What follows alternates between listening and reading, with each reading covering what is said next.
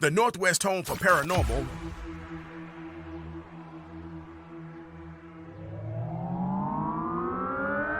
You're listening to U.S. Phenomenon with your host, Mario Magana.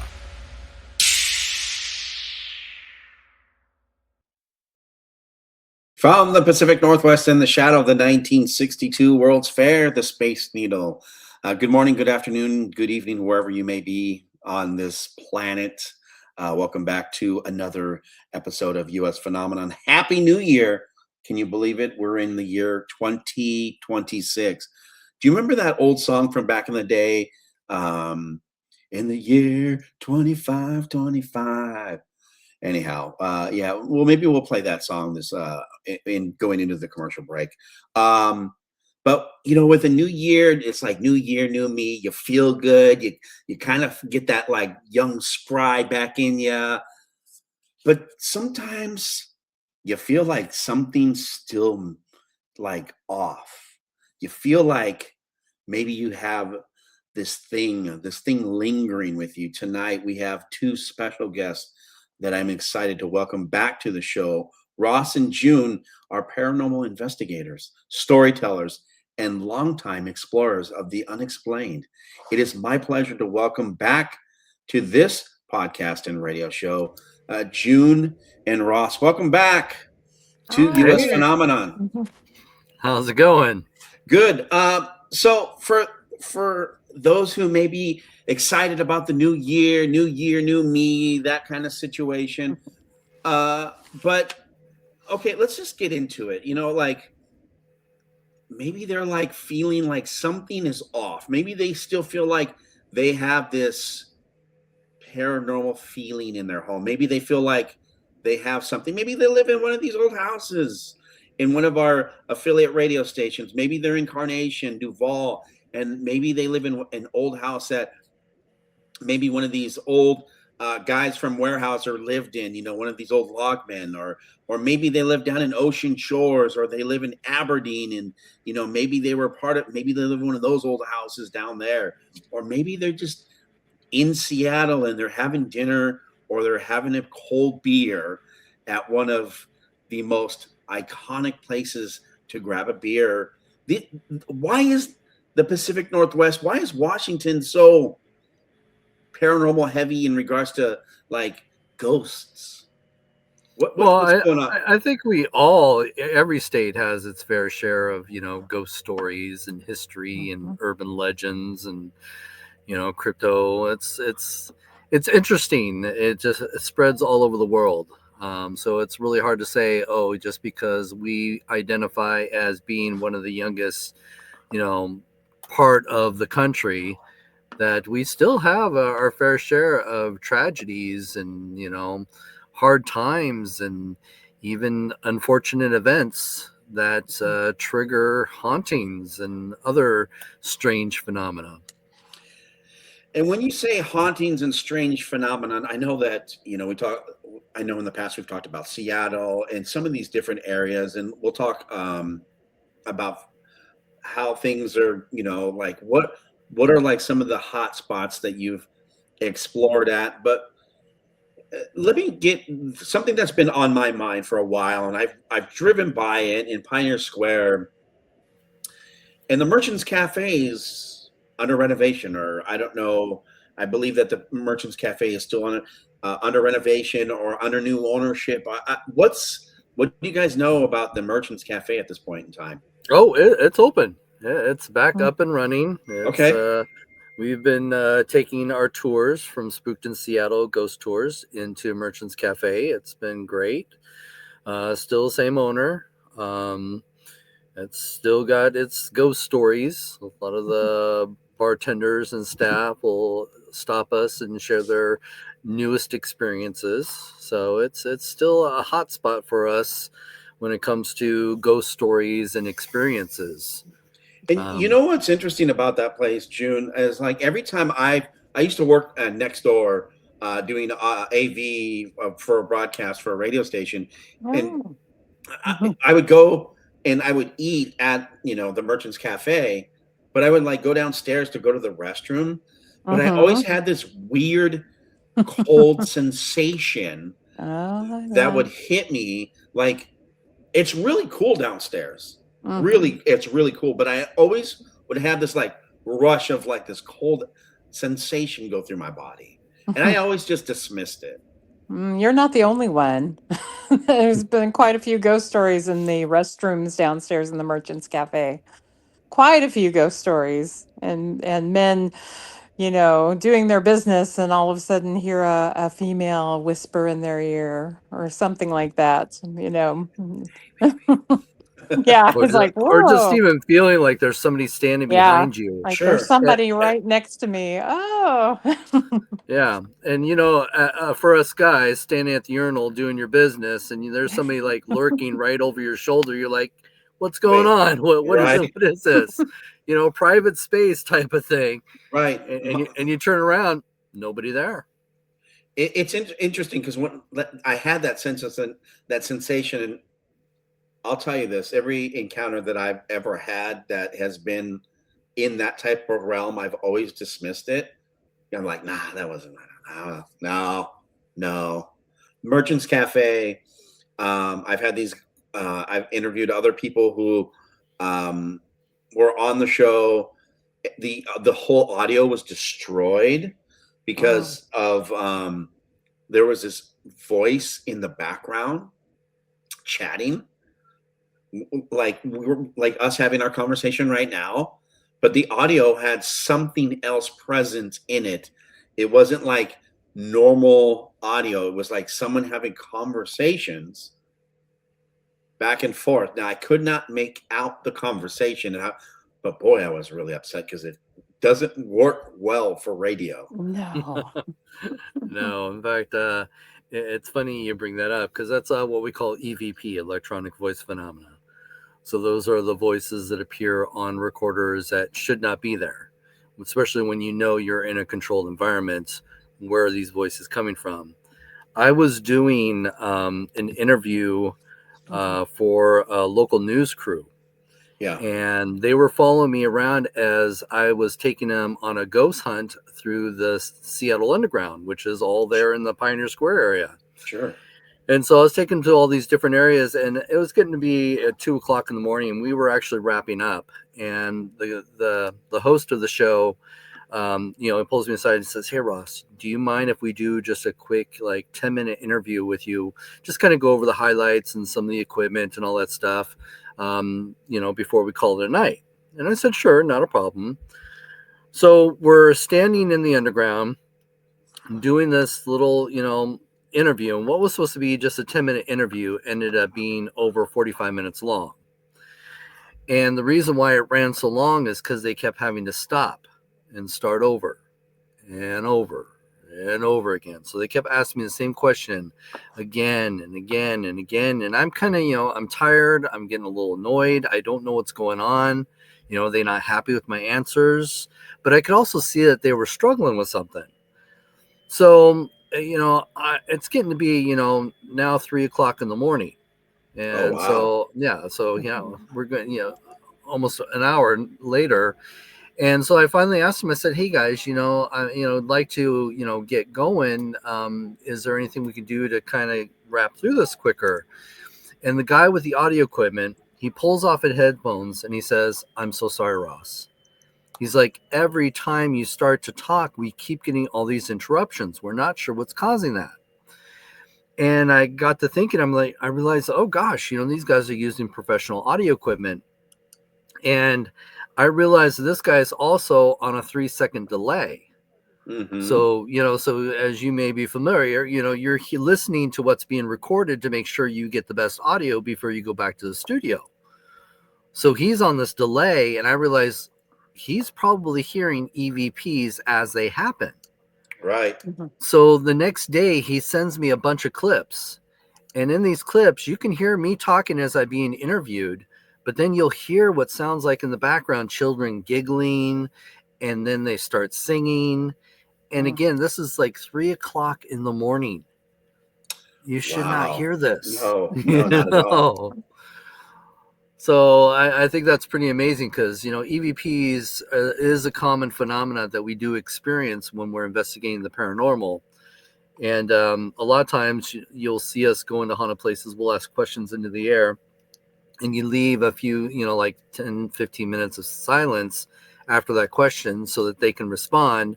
And then when you go back and play back your recording, you may hear those. But sometimes EVPs can happen just as we're talking amongst each other or doing our own thing. And what's interesting to me when you talk about these, and even from when I did my recording way long ago, it was so faint, but you could hear them having this conversation, and I just could not tell. But it was throughout the entire radio show, and I was like, oh my gosh, this audio is lost. You couldn't really make it out. It was just so, I was like, do I use it? Do I not use it? And I ended up scrapping the show. I asked the gals to come back on, and they were a little, big time. I think they had made it pretty big, and I was like, I felt like it would be wasting their time again. And they understood. They have come back on, but it's interesting. I try to find them now, and I can't find them. I don't know where these ladies are at. Yeah. Yeah, you just they called themselves like Ghost Girls or something like that. I don't remember. They were like 3 gals, and Right. they were out of Oregon, I believe. June, wasn't that you? No. That was, well, we were called the Ghost Girls, but it was spelled GURLZ because somebody else had Ghost Girls. I got you. So, But you didn't come on so my yeah. show, right? No, it wasn't us. Yeah, it was yeah. But we Yeah. had our own little Ghost Girls group. And it's interesting when you talk about going through the underground tour and with the TV station and going through there. If you're not familiar with Seattle has 2 cities. One, the present city is on top of the former city that burnt down. Blah blah blah. If you don't know your history, go look it up. It's really not that hard.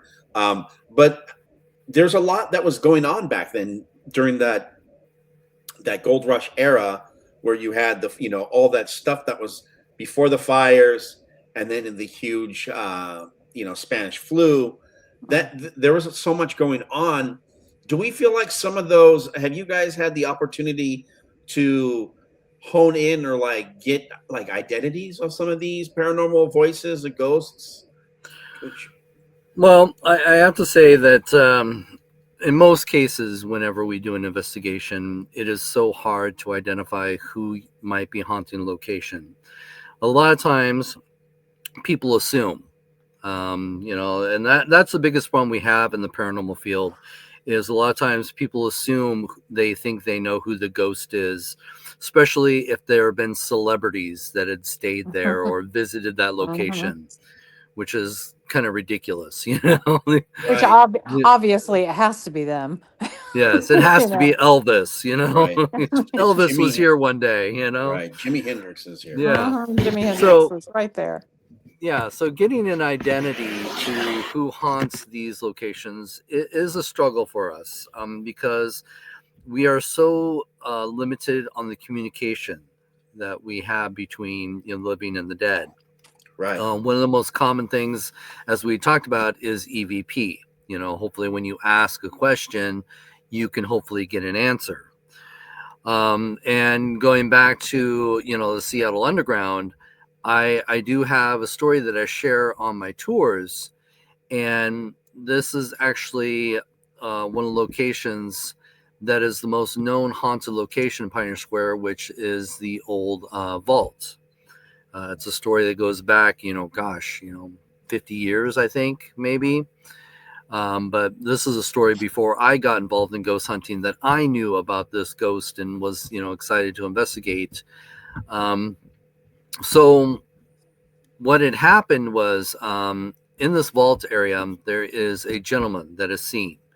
And he's always described by many tour guides and many guests to be in a white dress shirt with thick cuffs, thick collar, black suspenders, and a handlebar mustache. And so when we investigated that location, we tried for EVP. And so we're asking the standard questions, but the most common question that you ask is, what is your name? hoping that you can get an identity to who might be haunting a location. And sure enough, when we played back our recording, we got the name Edward. Well, years go by. Now, you have to understand that A Ghost is the oldest ghost hunting group in the Pacific Northwest. And we were doing this before the popularity of ghost hunting that it is today. Right. So throughout the years, other groups have shown up and disappeared.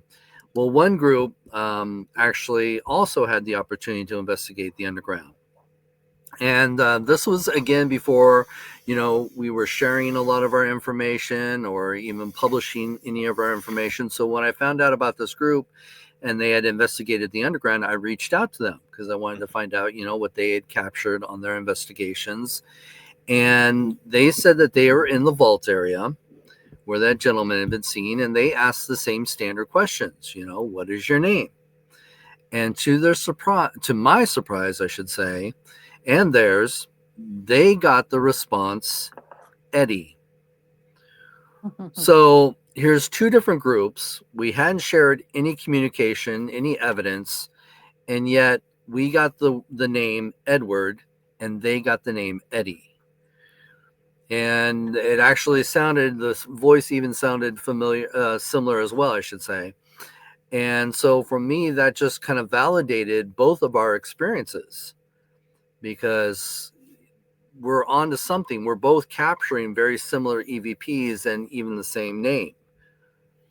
So I definitely feel that there is something to that. And again, you even go back, people have even asked me on the tour, I said, well, do you, who this Edward or Eddie is? And I said, well, unfortunately, without a last name, it's still very limited information.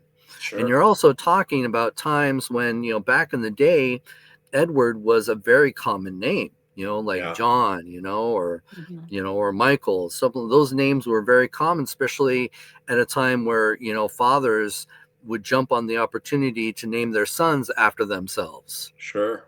So that was a big thing. So without a last name, we really don't know who it is. And we have gone back and, we addressed Edward and hoping that he would give us some more information. And unfortunately, it was never as good as it was that one time. So, with ghost hunting, people also have to understand it's all about being in the right place, right time.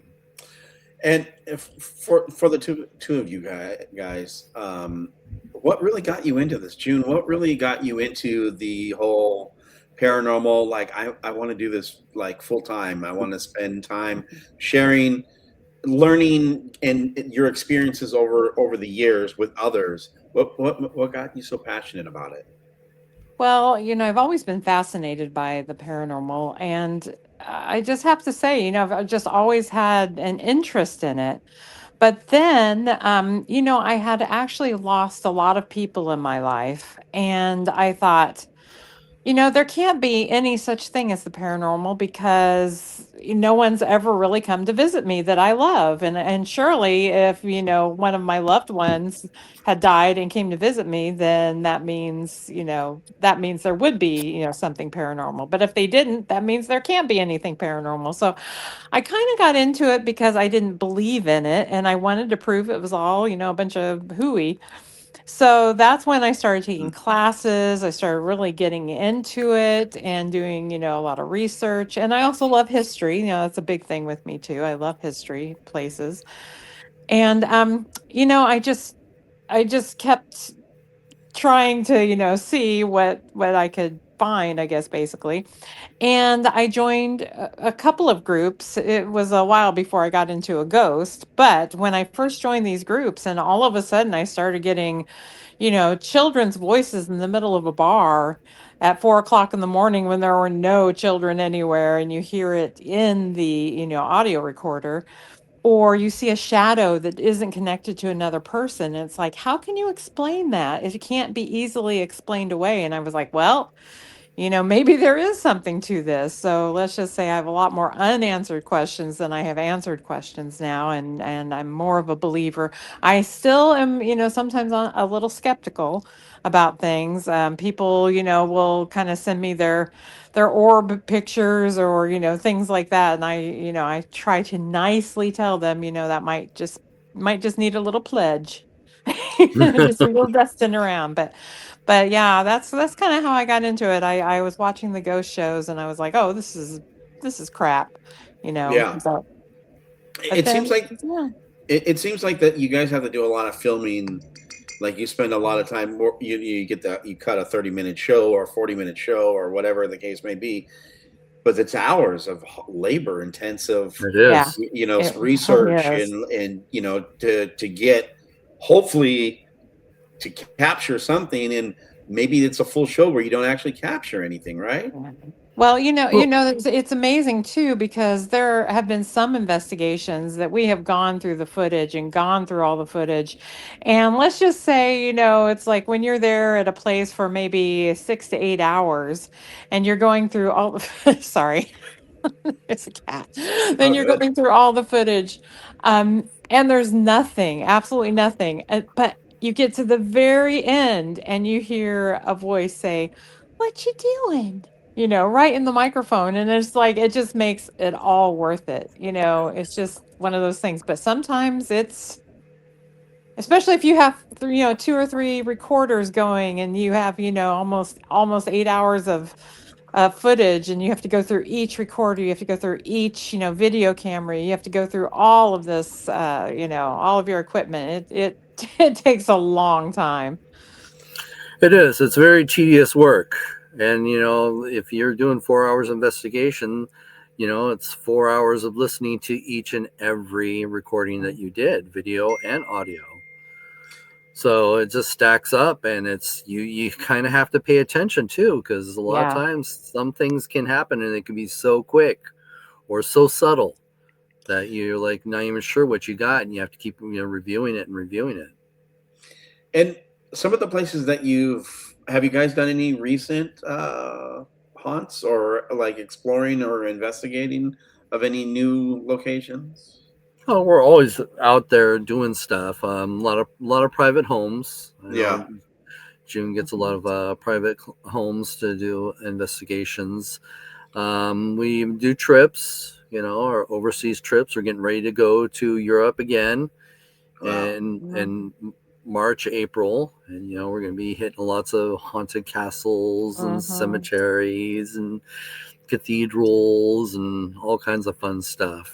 So So we're for those who may be local, who may feel like they may have something in their house, do they email you guys? Should they contact you? Oh yeah, definitely. We always Yeah. keep an open door for investigations. Sure. What Yeah, they can happens? just Go Oh, I ahead, was June. just going to say they can go to our contact form on aghost.org and send us a message, and I usually follow up as quickly as I can and just Sure. kind of listen to them. So It is We it is a much longer process for us because we are very serious on the research. People tend to be more afraid to reach out to us because they think that we are Ghostbusters or we're going to cause things to be worse, and that's not it mhm, at all. that's a Um, big you know, thing. Oh, yeah, we're just here to document their experience, help us to understand, help the clients to understand what could possibly be happening, because there's a lot of misleading information out there and a lot of misleading feelings when it comes to the paranormal as well, because people are led to believe that if they're dealing with the paranormal, they're in danger. It's out to harm them or even kill them, and mhm. a lot of times it is extremely tame. and for It's I I didn't was mean to gonna cut you. say, sorry, No, I I was gonna didn't say, cut you. Go ahead. um, the biggest problem we have right now is because most of the television shows and streaming networks want to focus on demons. Now everybody believes they have demons in their homes and Mhm. they're terrified. And a lot of times Sure. we're dealing with, trying to talk people off the ledges because, they're about ready to burn their house down, just to get rid of what's ever in there. And it's not the case at all. Most times, we're taught to fear what it is that we could be experiencing that could be paranormal just because they watch these shows. And it's not like that at all. Our two guests this evening, Happy New Year's to you guys, and thanks for coming to hang out with us to be a Thank part you. of the 2026 launch. June and Ross, founders of aghost.org, you can always hit them up there. You guys aren't like the Ghostbusters, where like you remember where you have like the packs and things of that nature. You guys are like, I know, tongue in cheek, it's like something that for all of us who remember like those types of Ghostbusters versus you guys being investigators. You're not out to exterminate ghosts. You're here to investigate these places that may have paranormal activity or paranormal presence in their homes or locations and things of that nature. Oh yeah.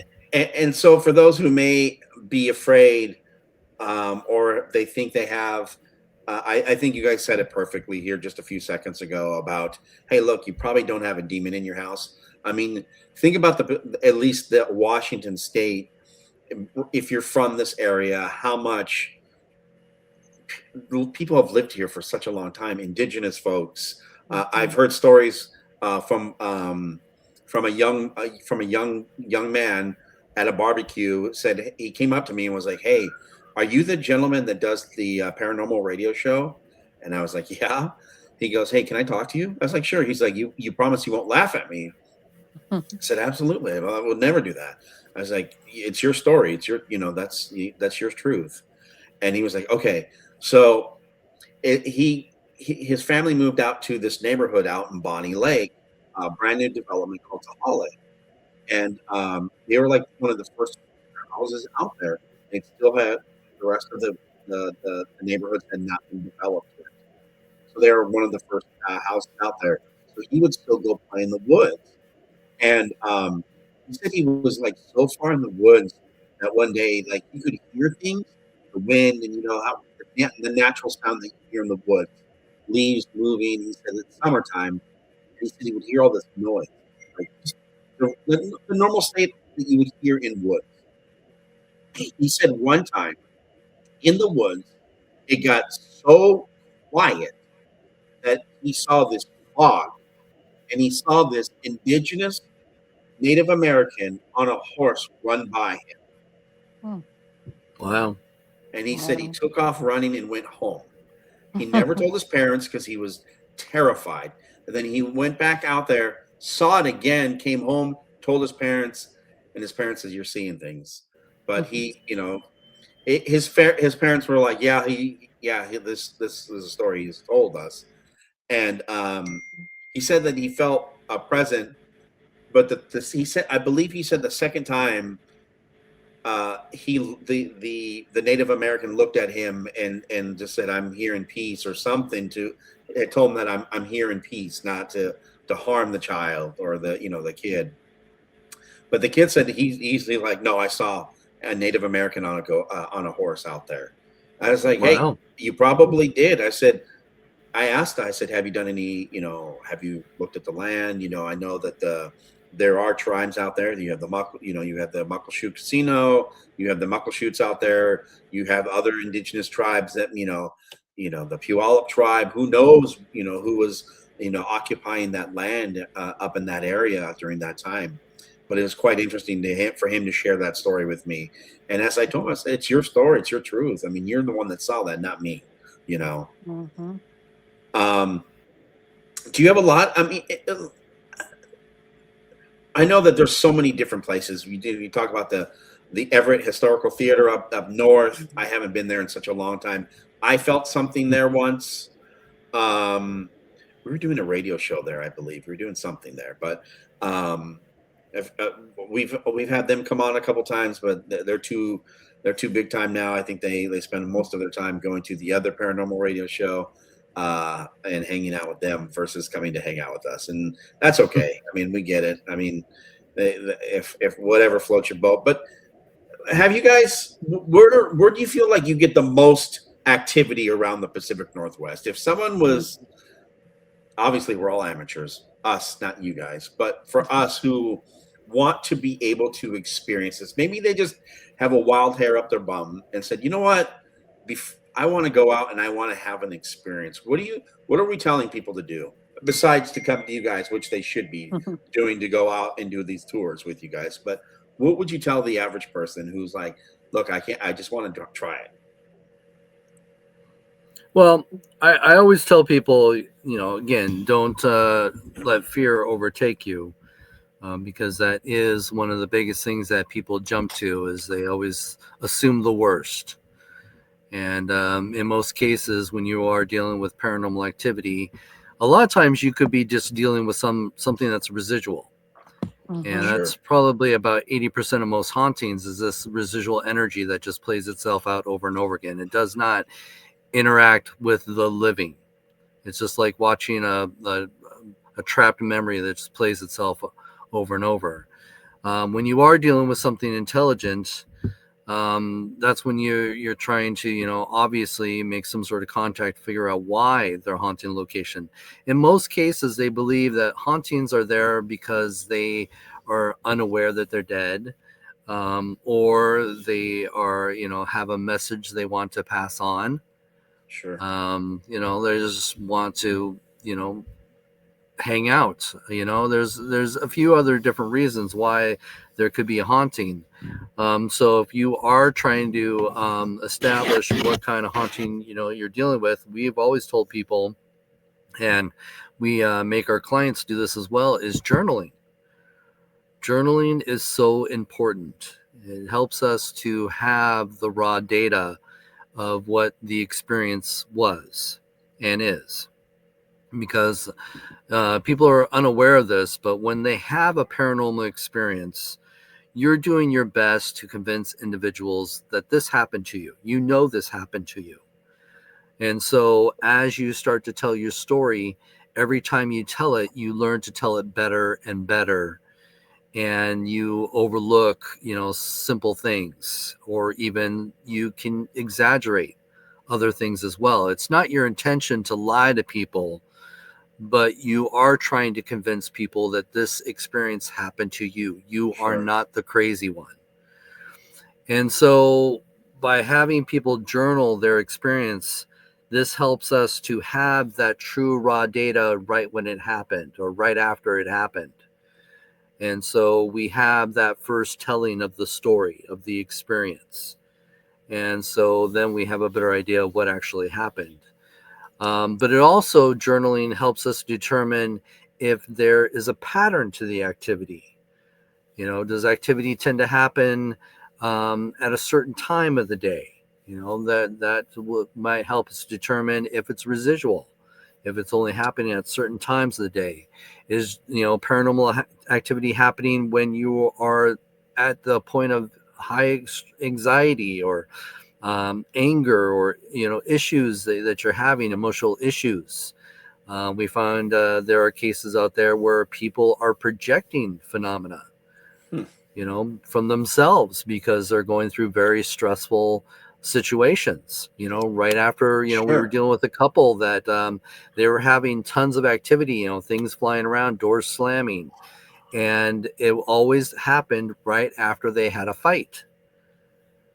After they're done fighting, these things were happening when that stress level was at its highest, and we think it was coming from one of the individuals dealing with their stress. People are unaware of that ability. When you guys go home, and I don't want to, the tongue-in-cheek where everyone says, oh, we try not to take our work home with us, right? And obviously you guys do. Have you ever had a ghost follow you home?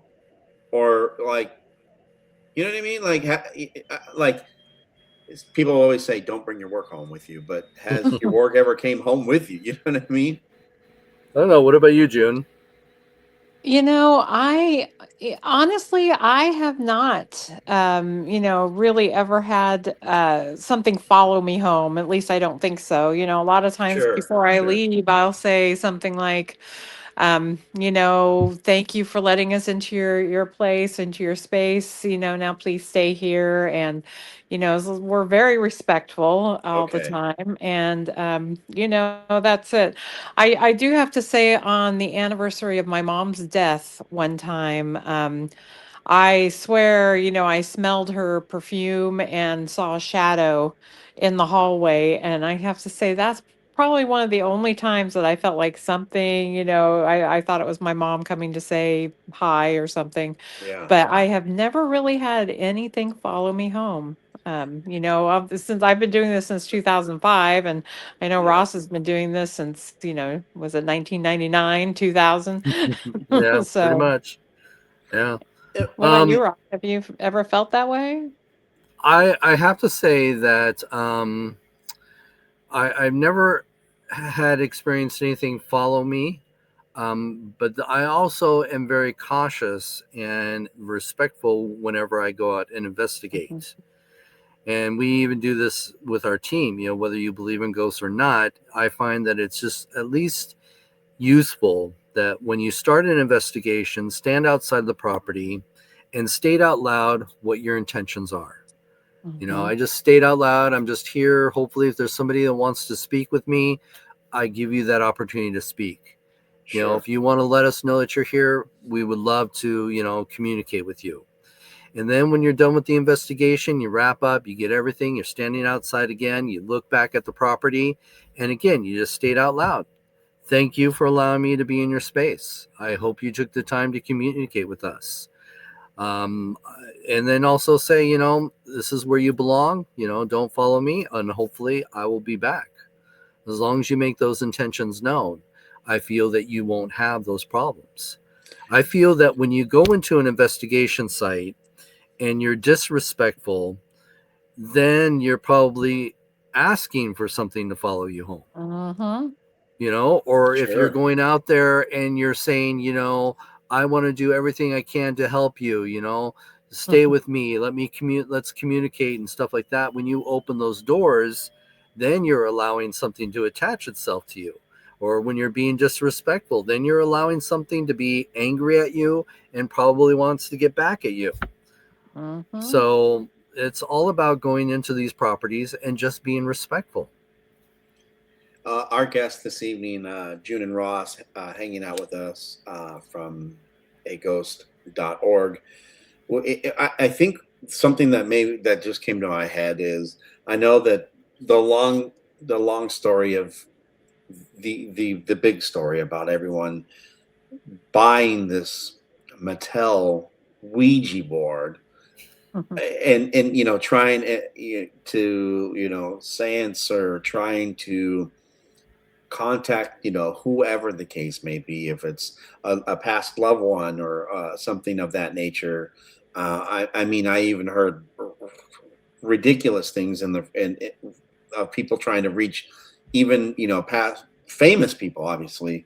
um do we feel like I don't want to be disrespectful. I mean, the Ouija board is a board, right? It's a toy. It's, It's it's yeah, all about intent. You sure. don't need a I Ouija believe that. board to try and communicate with the other side. I know that it's always funny that I always hear all these stories about, oh my God, I came across this Ouija board. I tried to get rid of it and it kept showing back up and stuff, but yet they can never Yeah, validate that. I Mhm. right. burned it and then it's back in my closet the next day, stuff like that. All these exaggerated stories that I hear a lot. It does not open the gates to hell. Sure. And I know there's so many people that are terrified of Ouija boards. And Mhm. it's nothing more than just a piece of cardboard and plastic. That's all it is, Right. depending on where you bought your Ouija board. But if we're talking about the game, that's all it Right. is. Right. It's all about your intent. It's the same thing as using dowsing rods, pendulums, even sitting down and doing an EVP session. Uh-huh. It's all about trying to open the doors of communication. So you don't need Ouija boards to try and communicate with the other side. You can just sit down with a recorder and just open yourself up and say, hey, I hope there's somebody here that would like to talk to me. Please talk, ask questions into the air and see if you get responses. Same thing with the Ouija board. You could sit down with Right. the Ouija board and say, if there's somebody here, please, communicate. A Mhm. lot of people think that, they are the perfect tool for communicating with the dead, but I tend to believe that there are more tools, when it comes to Ouija boards, dowsing rods, pendulums.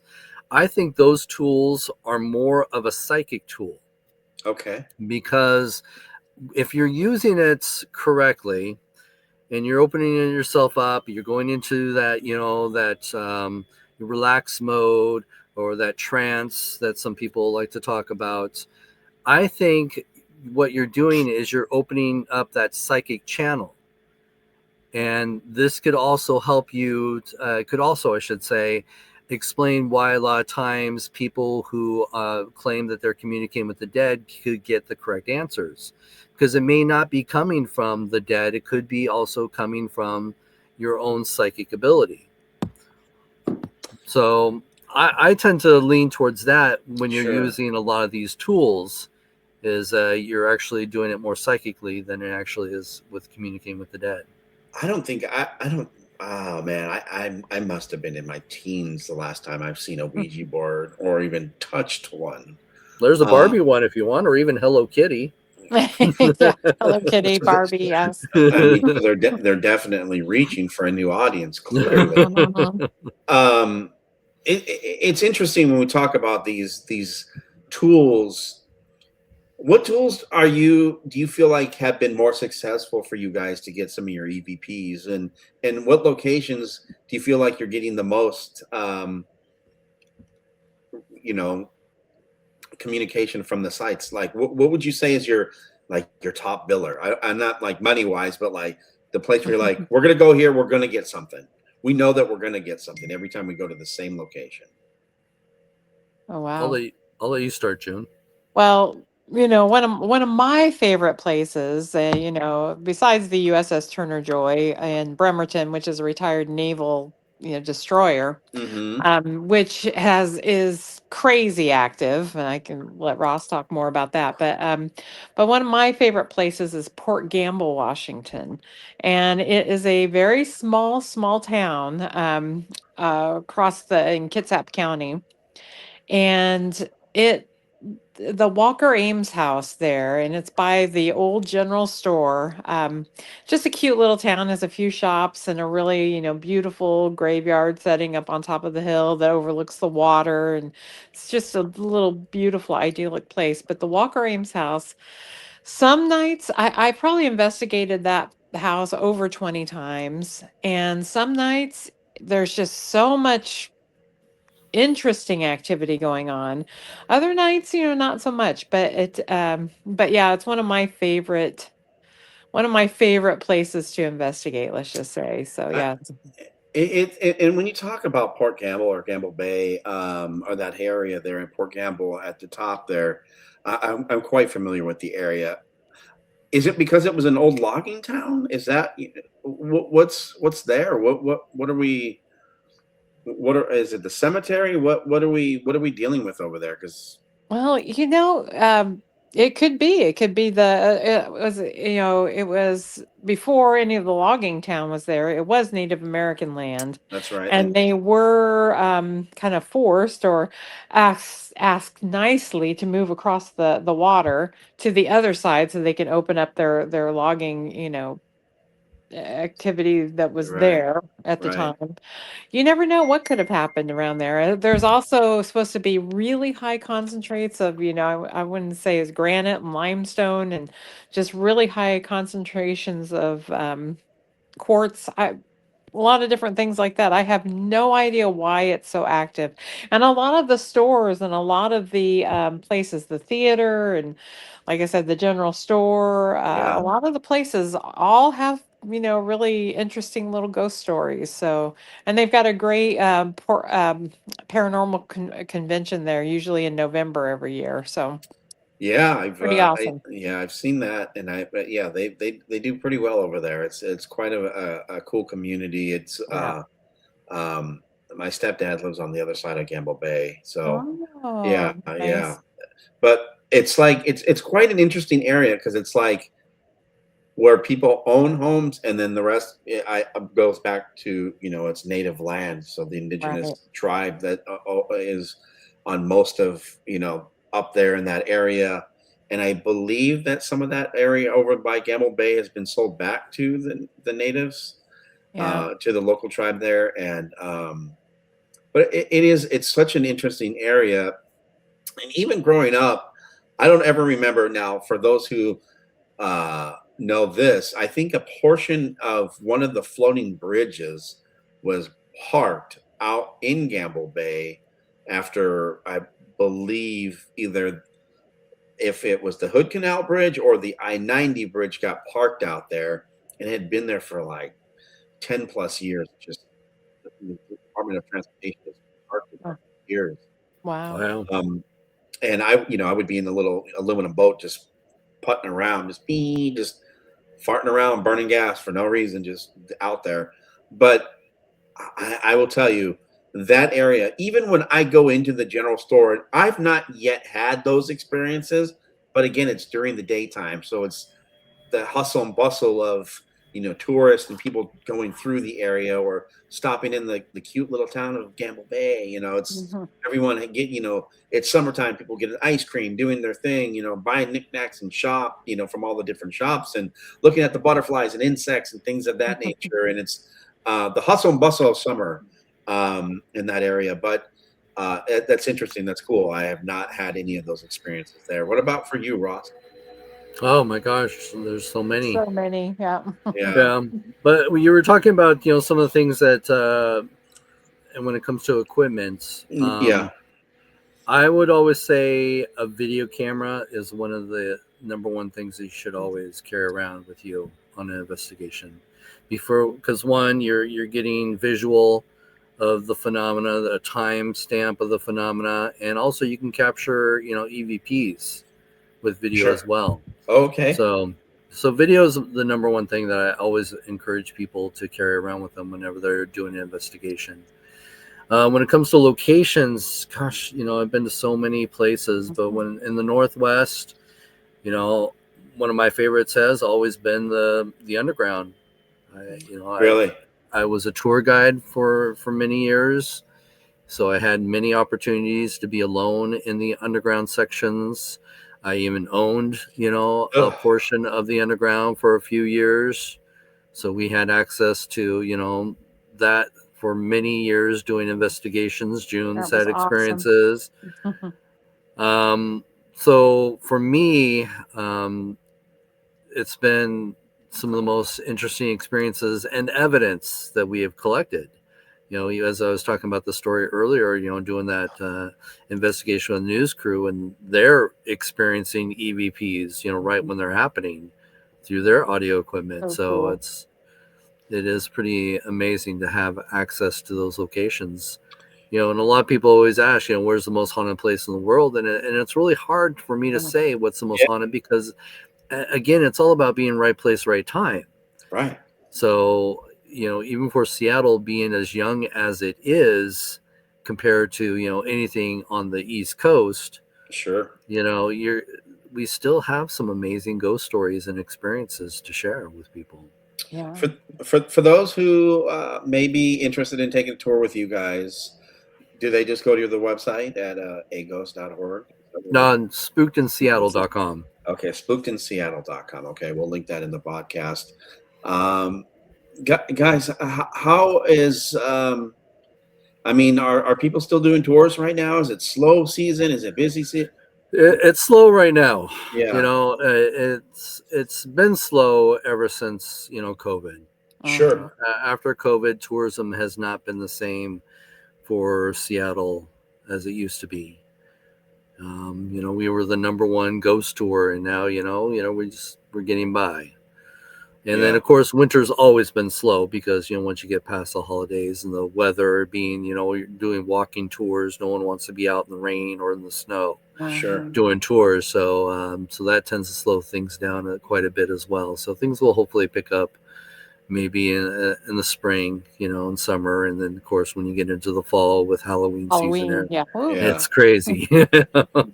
Well, for sure. In that time of season, I don't even know if this is a thing, but do you guys ever do like roundtables or like I don't want to say like everyone uses the word like a conference, but like in these tours, would it be more beneficial during the wintertime to say, hey, look, we're going to do tours, but we're going to spend most of the time sharing stories, if it was like at the Merchants Cafe or if it was at maybe one of these new locations in Pioneer Square, where it's, it's more of a presentation and then we're like, okay, we're going to hit this one spot.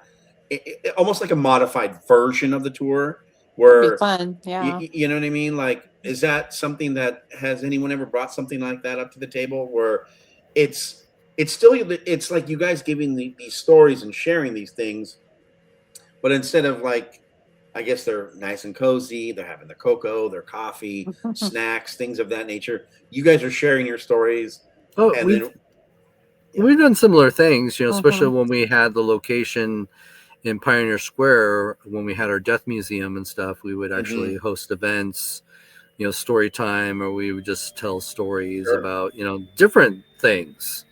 It could be, local lore and, death, murder, type of stuff. And of course, ghost stories. So it's been done. I think I'd be open to doing some more of it. We haven't done much of that stuff since we lost our museum Yeah. due to COVID, Yeah. So we haven't opened up and had the opportunity to do that. So I'm hoping sometime in the future things will pick up and we can bring back the Death Museum and everything. And the coalition, because there's you guys, and then there is, well, I don't, Mercedes is not doing her thing anymore. Nope. Market Tour. Nope. No, and then what was the other gal's name who was doing all the Ted Bundy and Oh God, I don't know if she's still around Oh, anymore. the van, Yes, the the van van. tour. Yeah, she did the van tour. was- June? Was it June? Was No, it no. No. no? George? Didn't she call herself George? Something I Yeah, can't remember. Yeah. Oh, yeah, that was fun.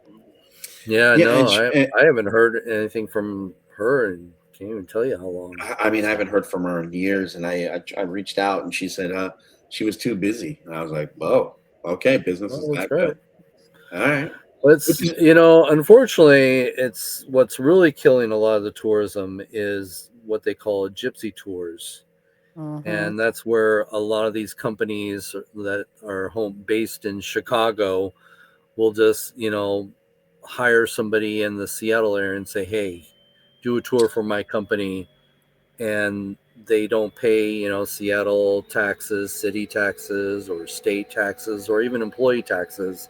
Sure. And they get away with it because they don't have a home base or anything. They just advertise it off their website and then just, do the Groupons. And that's what's killed a lot of these mom and pop shops. Well, is these, unfortunate gypsy tours. And I've seen a couple. There's another guy who's been out here who's got all this elaborate production in regards to doing tours. I was like, who the hell is that guy? I've never seen him in my life. I was like, that's not Ross.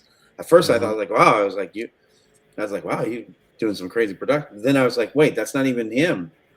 And they're not using any of your stuff, but it was like, I thought, maybe it was tied in somehow. And I was like, wait, that's a whole separate different. To me, I couldn't find like where they were based out of here or where they were from, but I have not seen any of their stuff recent.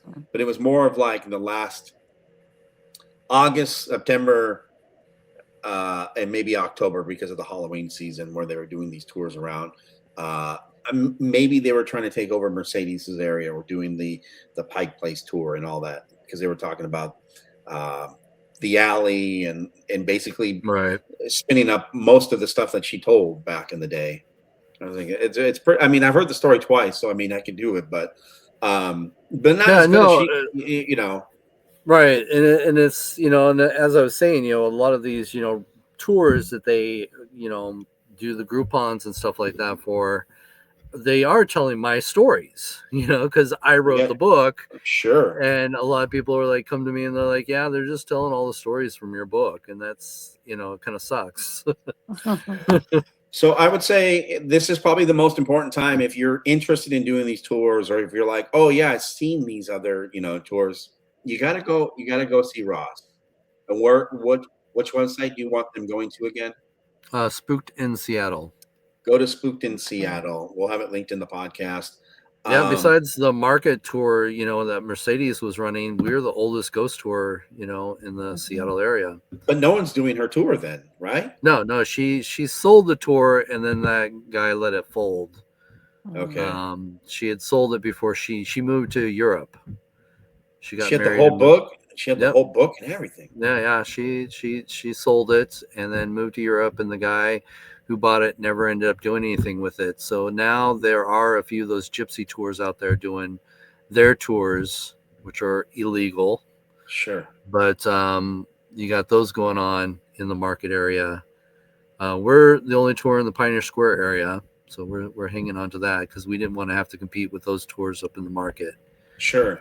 So, well, I it's always fun to have you come on and talk. And I know that we've had you on with one of my old coworkers, and it's always good a old pleasure. Chad. Good old Chad, the wild mad scientist. Oh yeah. Yep, and we're working on a sequel to the documentary we did. So, well, let me know if you need anybody to be in there. I'll you want to be a subject? Yeah, I'll be the subject for sure. It'll make great for radio, I'm sure. But no, seriously, we should do something where we get together and. Like I said in previous shows, I was like, it's time to take the show on the road, and Sure. and so we're always sterile, and you have this controlled environment, but to have the sounds of being out in in the environment, saying, hey, we're gonna go do a ghost tour, and if those people may be interested in hanging out with us, send me a text message at 775-990-5151. Say, hey, I'd love to hang out. Let's get some interest. If you're interested and you want to be a part, we'll see what we can put together. Maybe we'll do a lottery. We'll draw some names to come and hang out with us if we decide to do something of that nature. But we got to have you guys back on soon. And I think we should do something like that where we can all be like, you know what? Hey, we're doing this thing on this date. If you want to be a part of it, you can buy a ticket to be, a part, or you can win your way through. And that would be kind of a fun thing to do in January, kind of in that time period. Well, obviously we're in January, February, where it's, kind of dead, and then we kind of get into the haunted. I don't even know if you want to call it Valentine's Day, type of situation. But it would be fun to do something that would be paranormal outside of the studio. So it would be an honor to hang out with you guys and to make something happen. So It'd be awesome. We'll work on something here off air, and once we get something dialed in. But if you're interested and you want to be a part of something, just give us a text and say, hey, my name is blah, blah, blah. I'm from blah, blah, blah. Let us know. Send me a text at 775-990-5151. And those text messages actually go to me. They don't go to anybody else. So if you send me a text at 2 o'clock in the morning, I'll typically get it, and I will respond to your text at 2 o'clock in the morning, which is crazy. But I will definitely do it. Before we get going here, guys, any projects? I mean, obviously you're working on this sequel, but any other cool projects you guys are working on coming up here in the next couple months? Well, I'm always writing, and of course we're always trying to get out there and travel and investigate some more new places. So like I said, we got our overseas trip coming up at the end of end of March into April. So we got that coming up. I'm always, plugging away, trying to work on new books, and of course the documentary, the sequel to the documentary, Parasense 2.0. 2.0. Yes. So we got working on that. So always working on some fun things. And the other myth is, I know everyone who goes to the haunted house in Georgetown, that's not a real morgue, okay, everybody? No. Yeah. It's not. It's not a real morgue. It was an old warehouse, okay? A great story that they put behind it. It's Love still it. pretty cool. Yeah, it's still pretty cool place. Yeah. But it is not. Fun fact is, here's the top tip: it's not a real morgue. If you want to go to an old morgue, go to the Pike Place Market and go to Kale's Irish Bar. There you go. That's a good one. That's a good one. Yep. Where's another good one that that they turned into another establishment? Do you guys know one off the top of It your was head? the Pine Box, I think, is the other one Oh, that was that's right. over, Okay. yeah, close Used to to be a funeral downtown. home. Yeah, Yeah, Yep. used to be a yeah. funeral home. It's where Uh, Bruce Lee was had his service there. oh, Everything, yeah. So okay. Spooked in Seattle is where they can find you guys if they want to go take a tour. If you're interested in hanging out with us, we're going to work on something here that will be paranormal based, where we're going to do a show, and maybe when they're doing an investigation somewhere, we're going to be with them. If you're interested in doing something like that with us, send me a text 775-990-5151. It's always a pleasure to have you both on, Ross and June. Thank you so so much fun. for coming to hang out Yeah. with us here in the Yep. Pacific Northwest. Any last things before we leave? If you're interested in any of my books, definitely Yes. go to Ross Allison on Amazon, and you can find a lot of my books there. Mhm.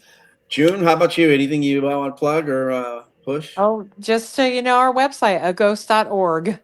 Just look us up and send me a message. I'm usually the one that gets the messages, so would love to hear from you and hear your stories. I always love that. Perfect. From the Pacific Northwest, as we wrap things up here, I want to thank our guests, June and Ross, for hanging out with us tonight.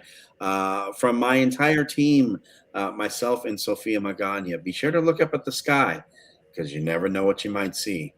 Good night. Bye.